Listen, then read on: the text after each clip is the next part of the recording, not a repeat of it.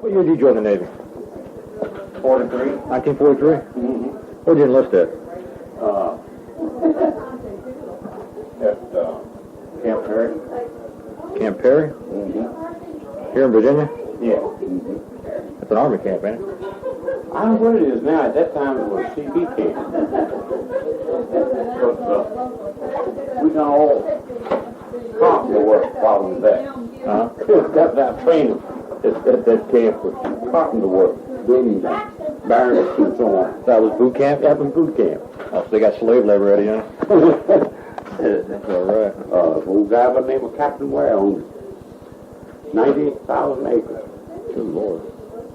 I think it's still here somewhere. Where's that near? It's near Williamsburg, I guess. Raymond knows more about That's right. You know what that is? That's the CIA. CIA, that's what it is now. Yep. Mm-hmm. Yep. Yeah, that's top secret now. Base or something there now. Right, after you got out of boot camp, where'd they send you? Norfolk. Was only there for about 2 weeks at Algonquin unit. From there, I went aboard the USS Washington, which was a troop transport. It wasn't stationed on that. That was a transfer. And landed in Pearl Harbor. I only had 4 weeks of boot training.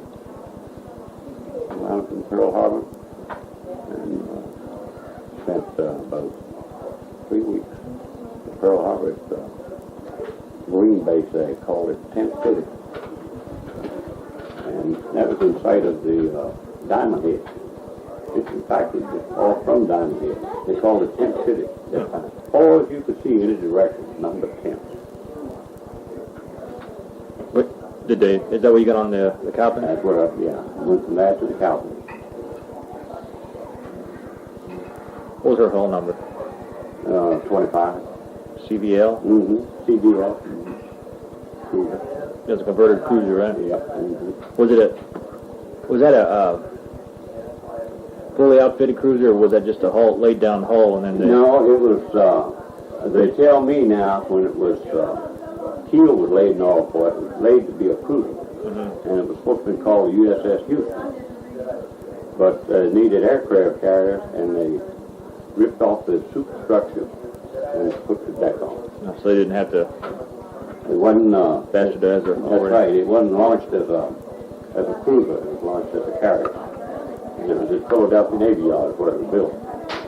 So you got on the Cowpens, was it 43 when you got on the Cowpens? Mm-hmm. In Pearl Harbor. But see, they had a crew on it from... They started out from Philadelphia and came to Pearl Harbor. That's where I wanted to go. Took it through the canal and everything? Yeah. Was that a permanent crew or just a transport? Huh? They just transport, or was that the permanent crew that came through? No, that was a permanent crew that was on it.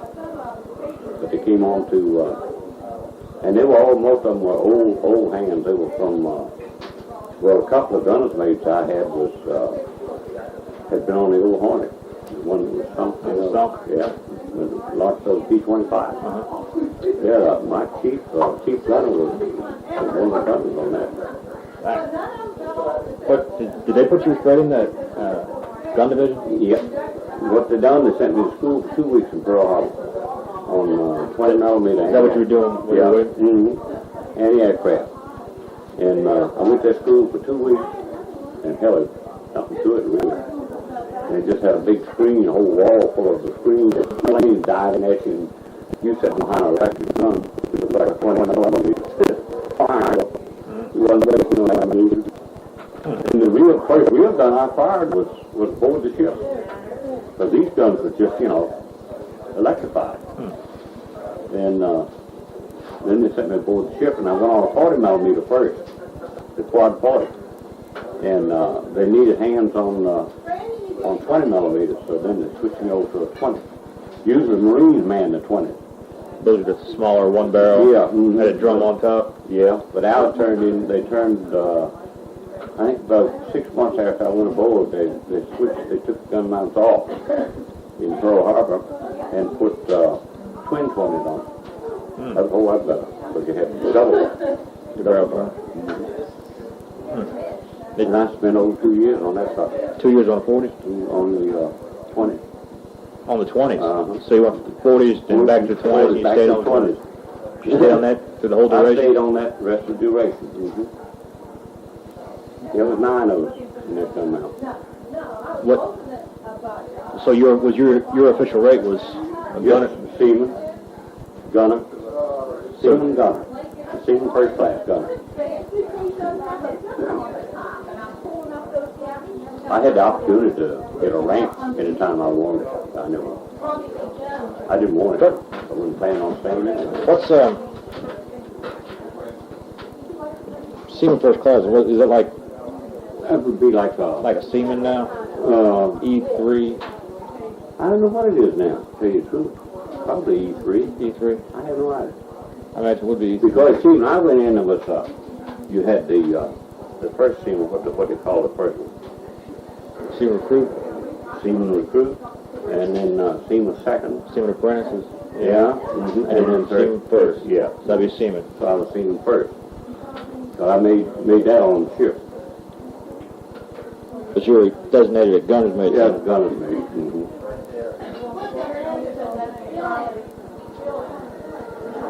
Well, and you stayed on the... Stayed on that for almost, well, I guess about 2 years. See, I went on there. I came off of it after the war was over. 46. 46. I came off of it in 46. You went to... You put on to Tokyo Bay in Cowpens, didn't you? Yeah. Mm-hmm. I was first ship in Tokyo Bay. Cowpens was? Mm-hmm. Really? Mm-hmm. First ship in Tokyo Bay. We had a Japanese destroyer that led us through the minefield. And we was the only ship at that time was flying in Tokyo Bay. We went in there and threw air patrol. The whole time that they had was when the Japs surrendered, right after they surrendered. Mm-hmm. They had never cleared the minefield. And I don't know how we ever got the opportunity to go in. I guess if we hit something, it would be us that got blown up, not somebody else. But the Missouri came in after we were in there. We were already... Quite a bit after? Yeah, quite a bit after. Dang on. Yeah, we sat there and counted Japanese submarines coming in, surrender. That was our job, was to fly air patrol. And the seamen aboard the ship, most of us had to count the submarines coming in. And they came in all sides, from a one-man sub to the biggest one. I mean, 100 of them. We counted, I think, about 200. Dang gone. Coming in. You didn't know they had that many subs. And they were, oh yeah, they had plenty of them. They had some that hadn't even launched. They had built them, but, hadn't even manned. They didn't put a crew on. Yeah, you weren't drafted. Were you drafted? Yeah, I was drafted, yeah. Mm-hmm. You were drafted in 43? Mm-hmm. Yeah. And you, how did it work more? Did you, when they drafted you, were you drafted in the Army and then when you were enlisted, it was something else? No, what happens is, what they done, you were drafted, and you went where they put you. But what they claim, they gave you the option of, going in whichever one you want. Whether it's Marines, Air Force, Navy, whatever. And I asked for the Army. Infantry. Yeah.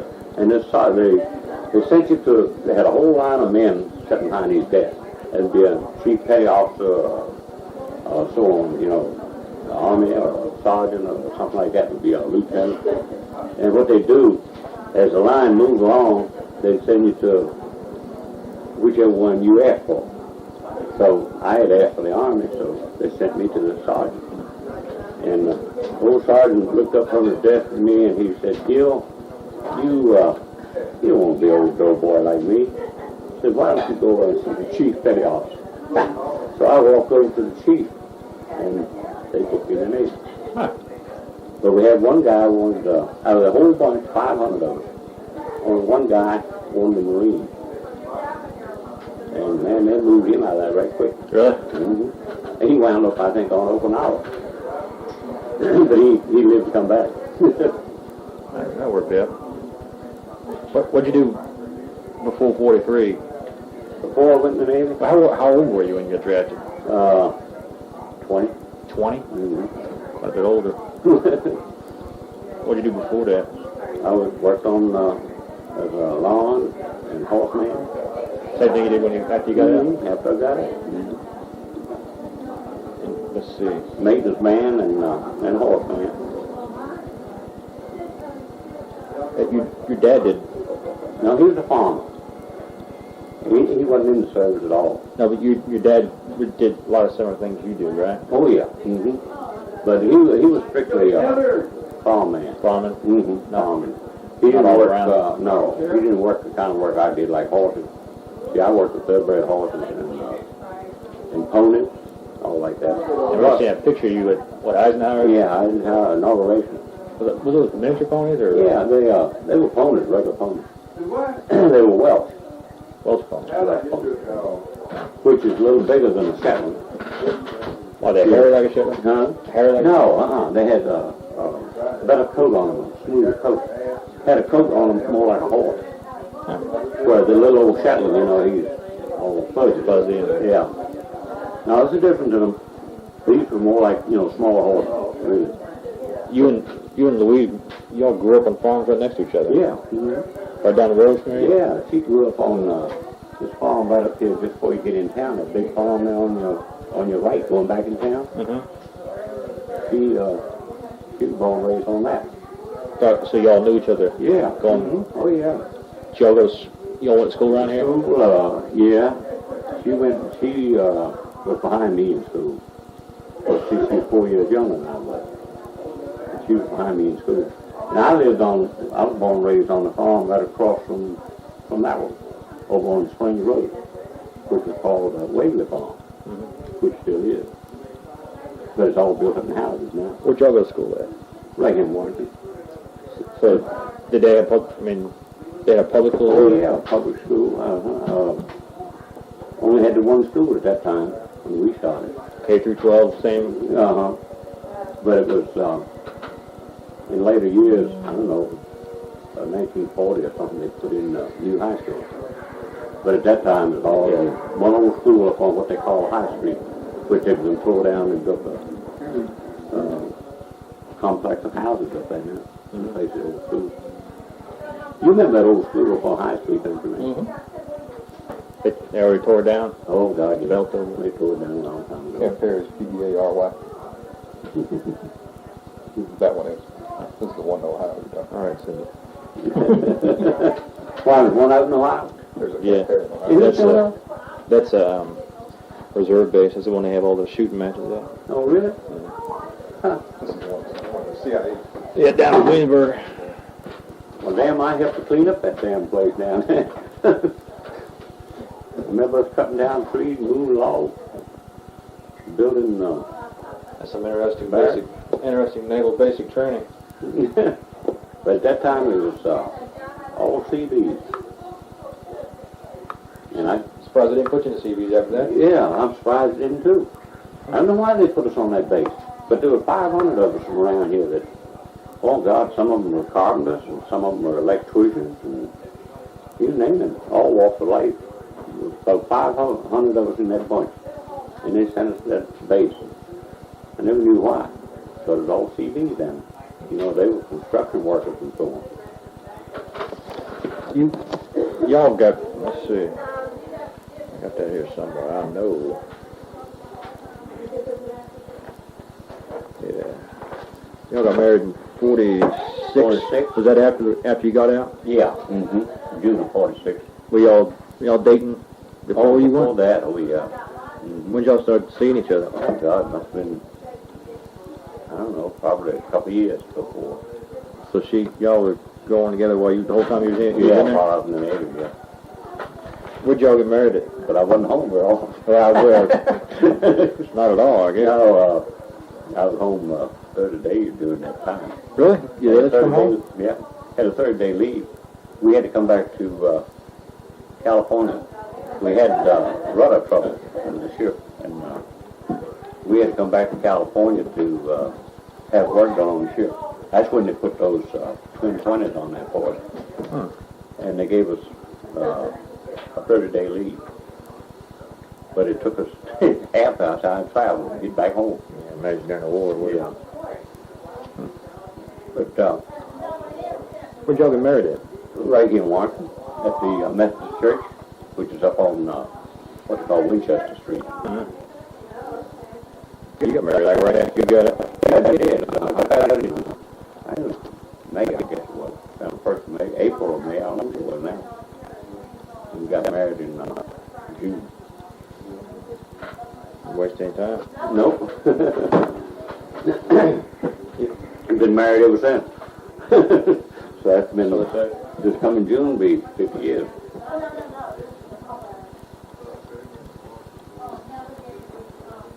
Hell, a long time to be with one woman, okay? Be doing anything.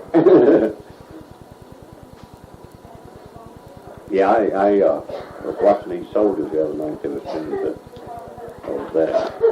yeah, they were squealing for they were going to be gone for maybe a year. Goddamn, when I went there, you didn't know whether you were coming back or not at all. They told us so. You're probably gone maybe 10 years. Who knows? For the duration. Yeah, but they told us. Yeah, I had a guy works in the court system as a deputy. He's been a deputy for 20, 25 years. Mm-hmm. He was a Marine, enlisted when he was 15, lied about his age. Yeah. Wound up at the Chosin Reservoir in Korea. Mm-hmm. 17 years old. He said he can't stand it when these 17-year-olds come through there, was whining to the judge about how they got treated. how they, you know how it was their mother and father and this and that, and how it was cold in the jail. He said when I was 17 years old, it was 25 degrees below zero. We were on the banks of the Yangtze and right at the Chinese border. We had 300,000 Chinese coming across the border as we were running out of ammunition. Yeah. We were freezing to death. Yeah. He said it's a different. Yeah, it's a different ball game. They it tickled me watching them. They're squealing because they'd be gone and make it for a year. Thought to myself, suppose you had to go for the duration. Oh, they told us that we could go on for duration. So we had an old skipper on this old transport that carried us over. He waited until all we was out. You could still see the Virginia Beach when they left Norfolk. And he said, boys, I want to draw y'all's attention. Turn around and take a look at Virginia Beach because you may never see it again. Some of them said, you old son of a bitch.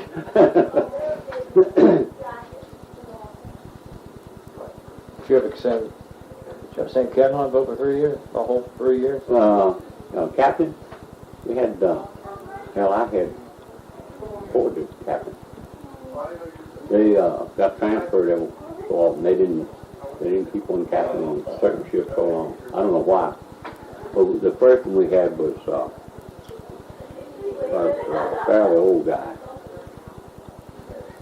But he was on there, I guess, for about 3 months. Then we got another one, the one that carried us through that typhoon. And his name was DeBourne, Captain DeBourne.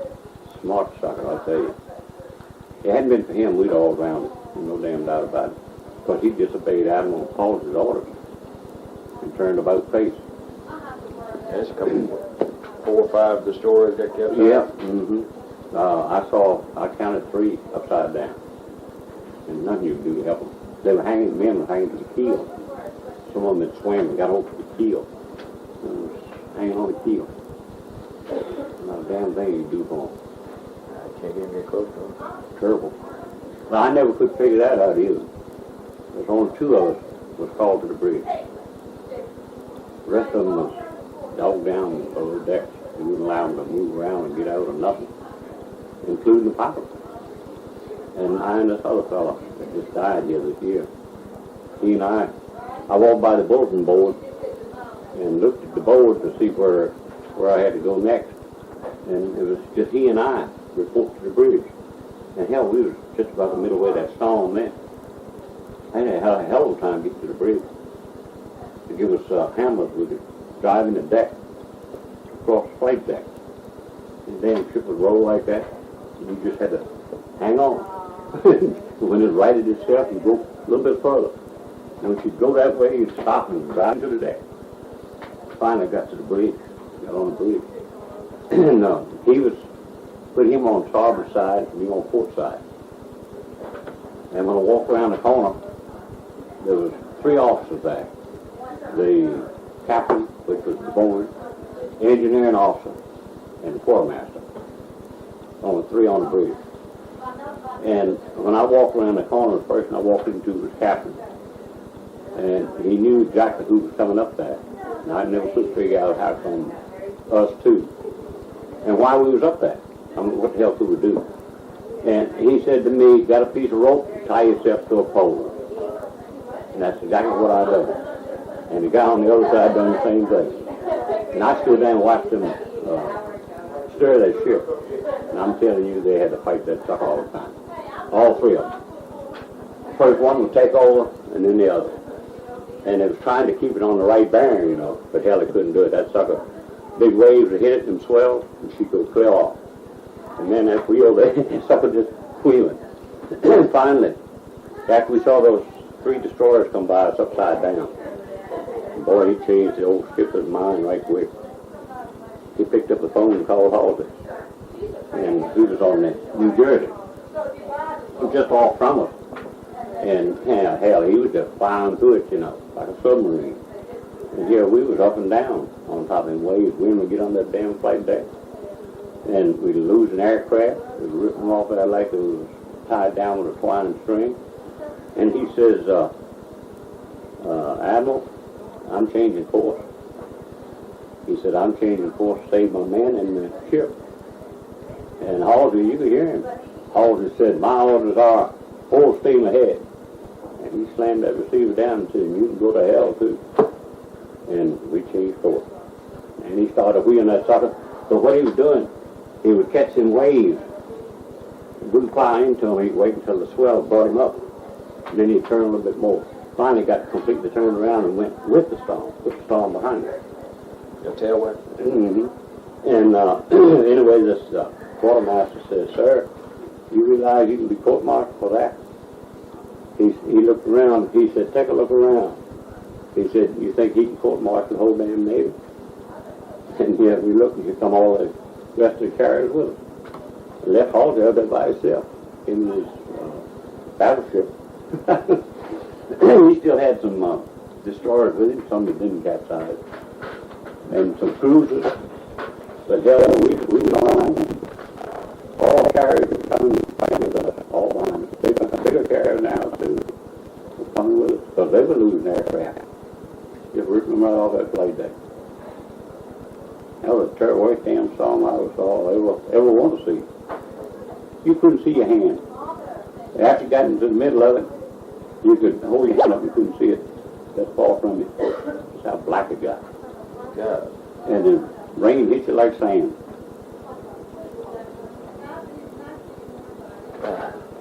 We was lucky. Well, 750 men were lost, and we lost 1 man off our ship. What, do you blow off deck or something? No, he was squadron leader, and he was in charge of all the fighter aircraft, and they were tied up on the after end of the ship. And one of them caught fire, slipped over into the catwalk. Gas tank busted, had a belly tank on it, and that thing busted, and I don't know where the spark came from, but anyway, it lit up. And he had 6 men with him. I got the picture of it. Had 6 men with him, and they went back to see what they could do to put fire out. And they had double-bladed axes with them, and they were tied together, one tied to the other, all the way to the plane. And they say the last time they seen him, of course, from where we was at up on the bridge, you couldn't see the last man, you know, the first man that got there. And what he done, they figured the rope was cut. He got up on that plane to cut it loose from the catwalk. And they figured that he cut himself loose. Because when they got back to the bridge, the plane went over the side. They didn't even know he was missing. When they crawled back to the bridge, and they started calling muster on everybody, he was missing. And they looked at the end of the rope, and it wasn't busted, it was cut. It had been cut.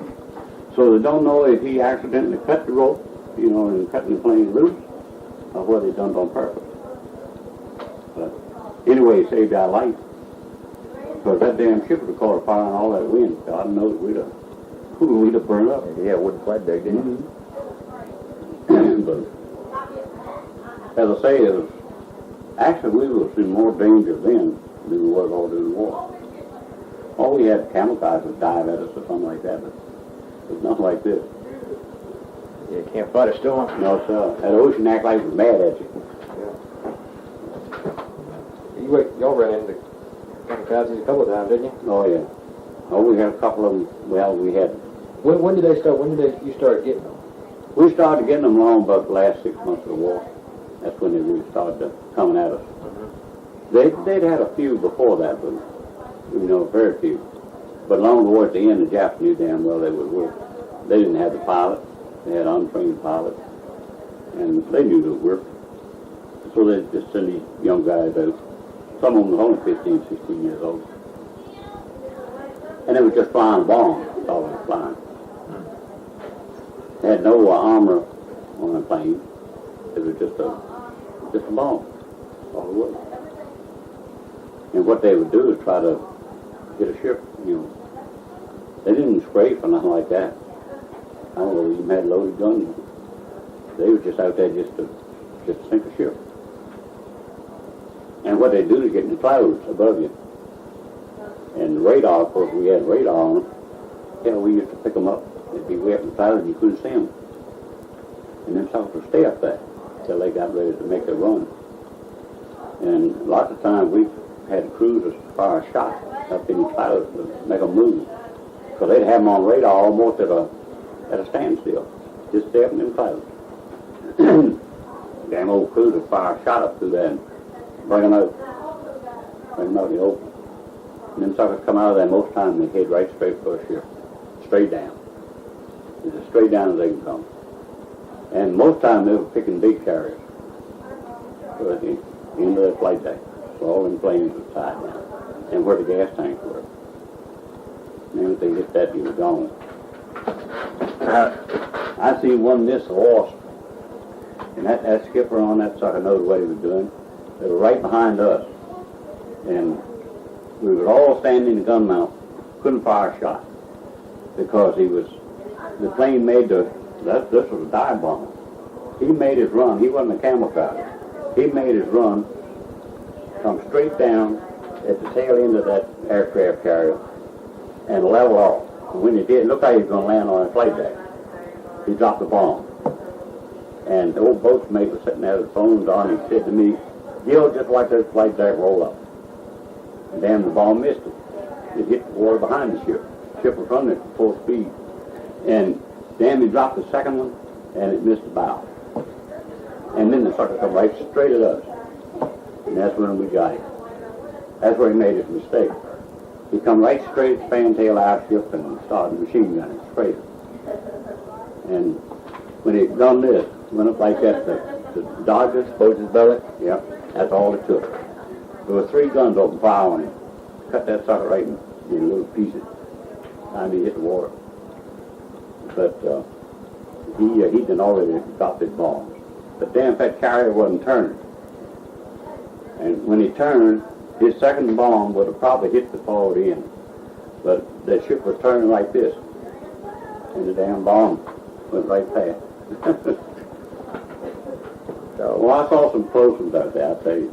I saw one hit the Alabama. Saw that one. Fly right into the side of it. Bomb? Kamikaze. Mm-hmm. Do any damage? Alabama was a battleship, wasn't it? Yeah. Battlecruiser? But what he done, he come straight down, but evidently he was off his target. And he banked. And then made a run on it. Instead of, coming straight down hitting it, evidently he wasn't aiming at the right spot. So he had to bank and come back. And that time when he come back at him, of course I think they done hit him anyway. But he plowed right into this bridge. And what he hit was that forward 16-inch gun. Did like a fly for it. Didn't do and nothing. knocked the turret loose. Really? Yeah. Didn't hurt nobody on the ship. But the boy that was on it told me afterwards, he says, spattered that damn Jap all over that ship.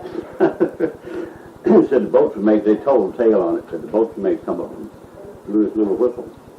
And he said, now all hands, man the broom, give a clean sweep down, forward and aft.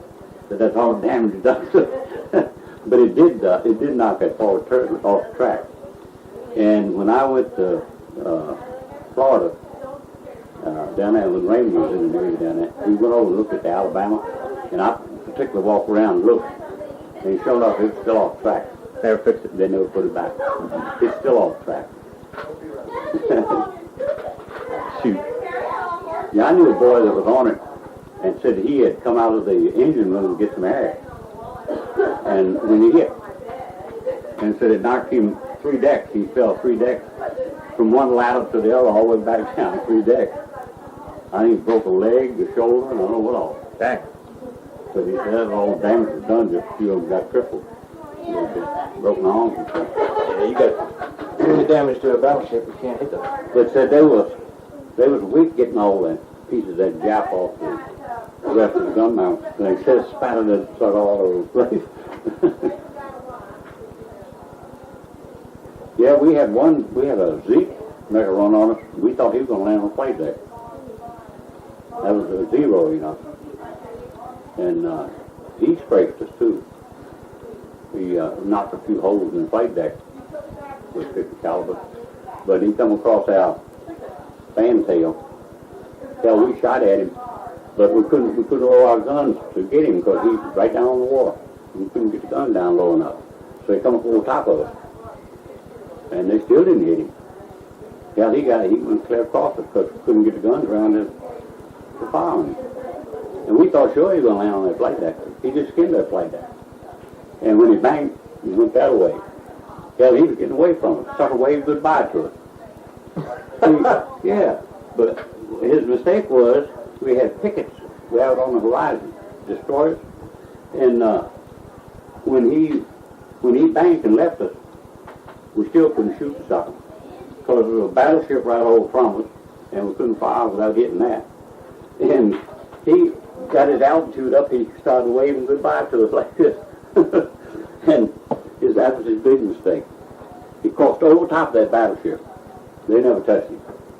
And man, he thought he was long gone. Damn little old picket out on the horizon got him. 1.5 inch. Blew that sucker all to pieces. You ought to see the helmets and things fly in the air. Celebrating when he hit him. He blew that sucker all to pieces. That was his mistake. He didn't see that picket out there. That 5-inch rifle was pretty accurate. Yeah. We figured it was right out 5 inch. But man, it was right on him. Right, 5-inch 38. I guess you guys had back then 5-inch. You didn't have 5-inch 54, did you? I don't know what they were, what the 5 inch 5-inch was. 38. What's the biggest gun you had on a copter? 40s. 40, that's it? Yeah, Just that's twin 40s. Radar. The last one we had was radar 40. I saw a picture of it being refit. I guess it might have been in California we were talking about. Yeah. They put radomes on it. Yeah. We never had radar guns the first part of the war. It was right to the end. Did it work? Yeah, damn good. We used to have, to prove it, they used to have pilots fly, towing a sleeve, metal sleeve. And we just, all we had to do was drop the ammunition in the gun. Radar took over. All we had to do was just feed it. And that guy, he was sitting down the belly of the ship. He picked him off the radar. And I've seen him just tie them sleeves all the pieces. Never missed. But at first we had them in flight sight. Hell, they weren't accurate at all. Depending on the man who was doing the sighting. But, we shot down a few little notes. But most of the time I think it was an accident. Because even that little old twin 20, you was looking through a sight, but still a damn plane coming at you, bobbing and weaving. You had to be pretty damn good to hit him. It would be an accident if you did hit him. Y'all didn't sleep in bunks. Y'all slept in what? Yeah, we slept in bunks. Bunks? Mm-hmm. Yeah. Hold them up. You didn't sleep in hammocks? No, no, we had bunks. They kind of fold up against the wall? Yeah, the old metal bunks, that, you know, had springs on them. They could just fold up against the wall. They were just had springs. They weren't about 6 inches tall. Yeah, mm-hmm. Yeah. Did they open up? You put stuff in them? Where'd you put your sea bag and all that at? No, our sea bags was all, we had to take all our stuff out of the sea bag and put them in lockers. We had lockers. Wall lockers? Yeah. Mm-hmm. And the sea bags, we had a sea bag locker that we stored all in. Each division stored their own bags. During the war, what y'all eat normally underway? Well, we had mess hall. We had a big mess hall. Didn't have fresh eggs in like I did. Once in a while, depends on where we was at. If we come close to, British or American island or something, we might get some fresh food, fresh eggs, and fresh vegetables sometimes, but not very often. What normally was a meal? Usually we had a regular meal like anybody else would. Potatoes, string beans, all like that. Meat. Most every meal we had some kind of meat. But for breakfast we always had these damn, what do you call them, powdered eggs? Y'all had powdered eggs back in? Yeah. Yeah. Yeah, we always had powdered eggs, unless we were in port. Yeah. We didn't have enough room. Eggs were something they couldn't keep fresh too long. We didn't have enough room to store them in. But milk, we had powdered milk. We never had fresh milk until we got in a port or something. We had fresh milk. I'll give the Navy credit for that. Wherever we got it, we could get fresh food, we got it. Did you got it replenished on the way, or did you go close to the port replenished? No, we replenished on the way, most of the time. Oil full of on Yeah, we fueled at sea, and that was part of my job.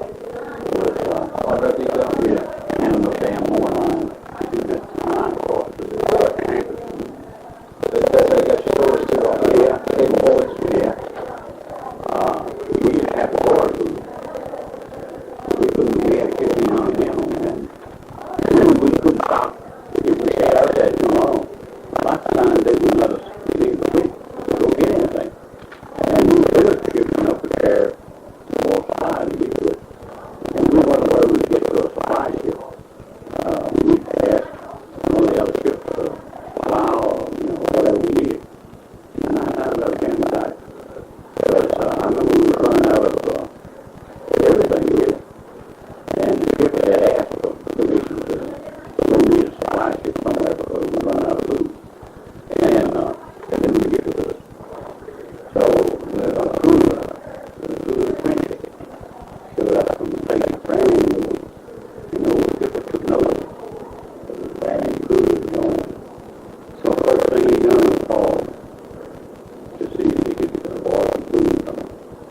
And I think we got something like 500 bags of flour, and I don't know, cans of peaches. Overall, we got a minute. This one was our food for a while. I remember being on the way around the cold paper, the first thing to go is the paper. Because you go down the burger and the newspapers all over the place. Yeah. The magazines, so like that first thing to go to the newspapers, you would see newspapers for a while. Magazines would disappear, and you wouldn't find a magazine anywhere, and all of a sudden you would see no paperback books anywhere. Well, I never liked that refuel in the sea. That was a damn job too. And I was a man everywhere on that pole.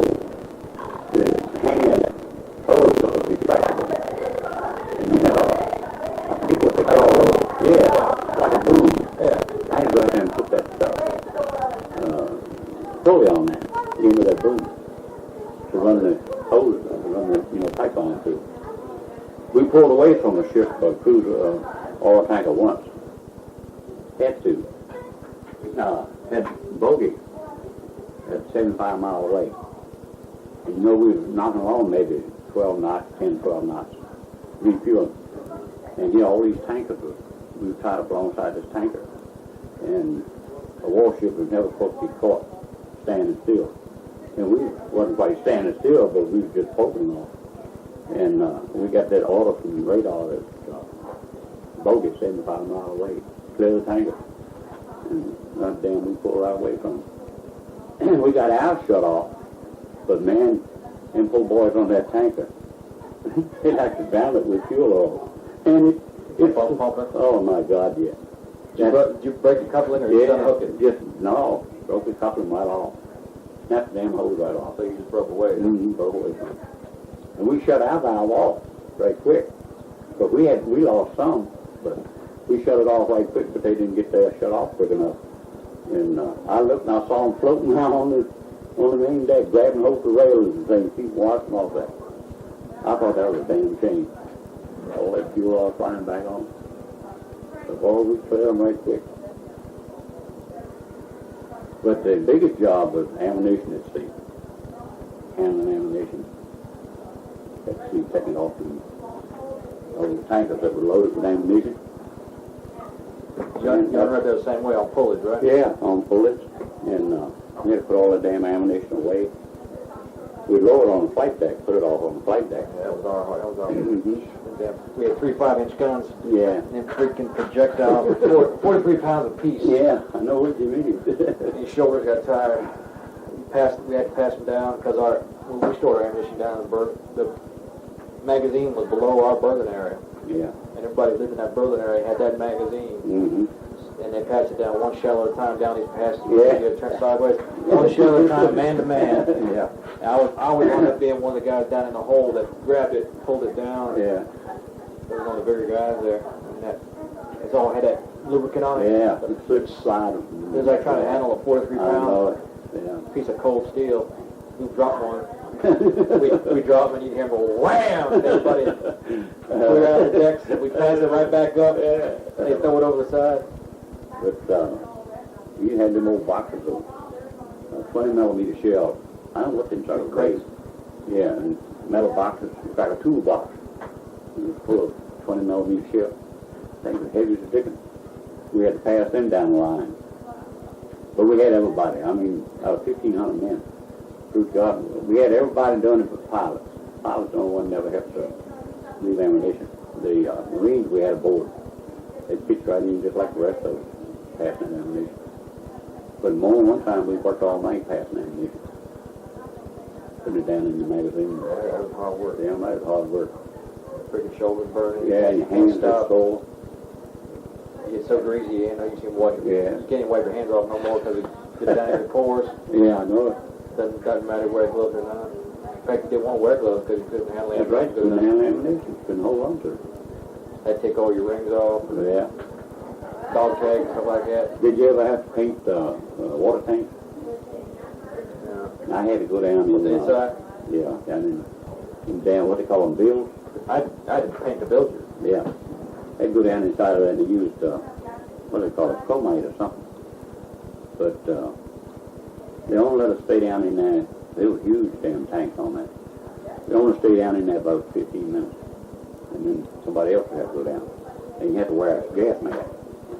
And when you got out and took that gas mask off, you hit that fresh air. You just drunk as a fool. They had a name for the stuff. Formica or something, I don't know what it was. But it was deadly. Man, it make you just as drunk as a fool. That's why they wouldn't allow you to stay down in there for so long. Raymond Gill, got your Yeah. name on the piece of paper. Yeah, he's writing up my, what do you call it? Barn or something.